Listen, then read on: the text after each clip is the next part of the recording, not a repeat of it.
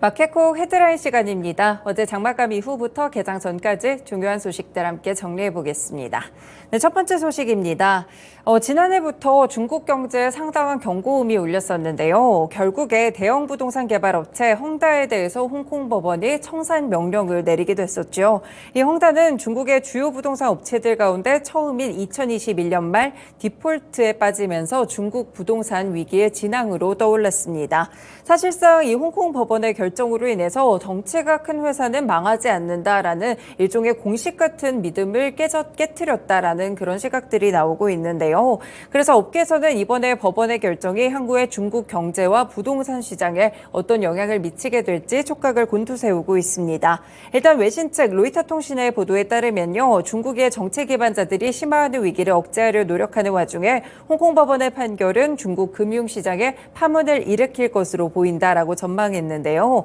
아무래도 전문가들도 이번 사태가 이 부동산 업계와 부동산의 투자 심리에는 악영향을 미칠 것이다라고 보고 있습니다.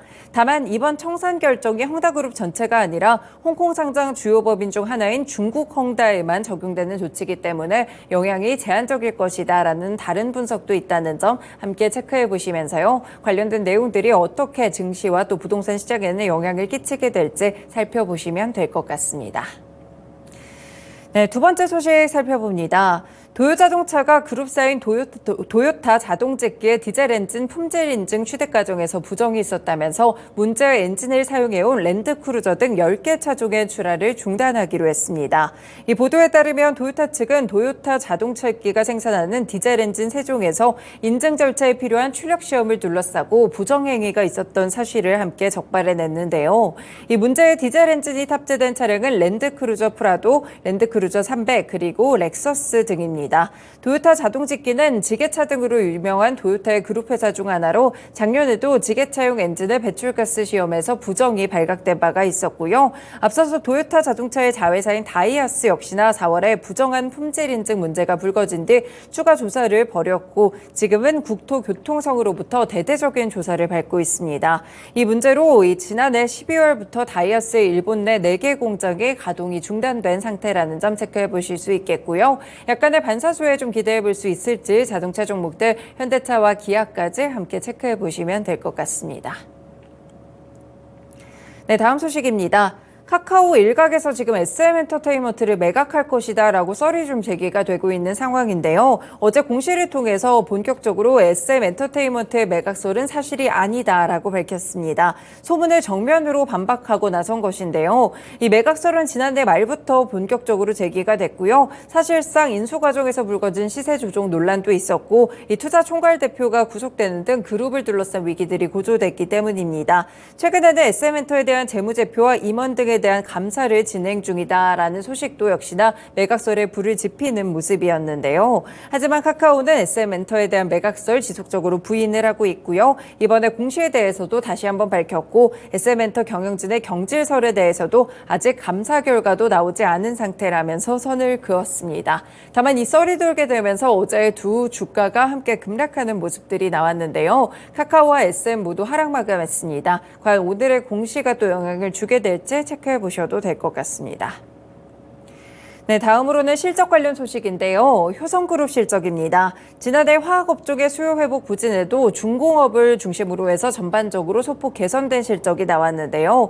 효성의 경우 연결 기준 지난해 한 해 영업이익이 944억 원으로 전년 동기 대비 45.4% 증가했습니다. 매출은 3조 4,367억 원으로 같은 기간 7.6% 감소했는데요. 일단 지난해 4분기 영업이익 기준으로 봤을 때는 흑자 전환했다라고 보실 수가 있겠습니다. 자회사들 실적을 보시면 사실 효성 TNC는 컨센서스를 하회한 실적이었고요. 효성 첨단 소재도 에어백이나 산업용사 같이 신차 시장의 회복 지연과 일회성 비용이 반영되면서 어닝 쇼크에 가까운 실적을 냈습니다.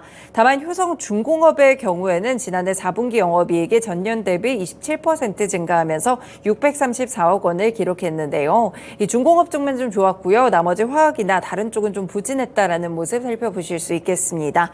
효성 그룹주들 무더기로 실적 발표 있었는데 관련된 종목들까지 일제히 체크해 보시길 바라겠습니다. 네, 다섯 번째 소식입니다. 리튬 플러스가 어제 무수수산화 리튬을 성공적으로 생산했다고 밝혔습니다. 이 무수수산화 리튬은 내부 수분 함량이 0에 가까운 수산화 리튬을 말하는데요.